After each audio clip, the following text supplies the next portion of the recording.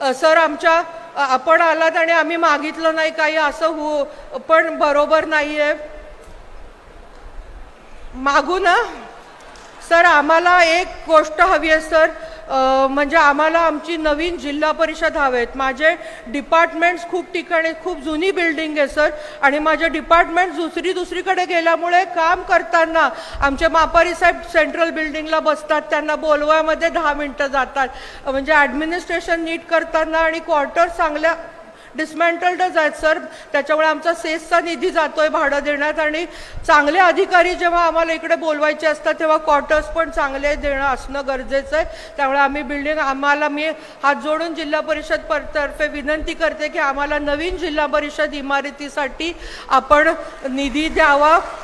आणि दुसरी गोष्ट झाले, खास करून या ठिकाणी मी येत असताना मगाशी ताईने आल्या सांगितलं, आमच्या राणादादांनी सांगितलं की 1900 कधीच्या इमारत ती जिल्हा परिषदेची 1990 साली धाराशिवच्या जिल्हा परिषदेच्या इमारतीचं बांधकाम झालेलं आहे. आणि तेव्हापासून ती इमारतीची अवस्था फार काय चांगली नाही आहे, आणि जेवढी इमारत आहे त्याच्यामध्ये अख्खी जिल्हा परिषद आमची बसत नाही आहे.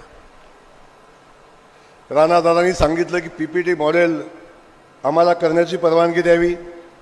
दादा आम्ही प्रस्ताव द्या, तुम्ही प्रस्ताव द्या, तुमचा प्रस्ताव मान्य झाला तर ठीक आहे.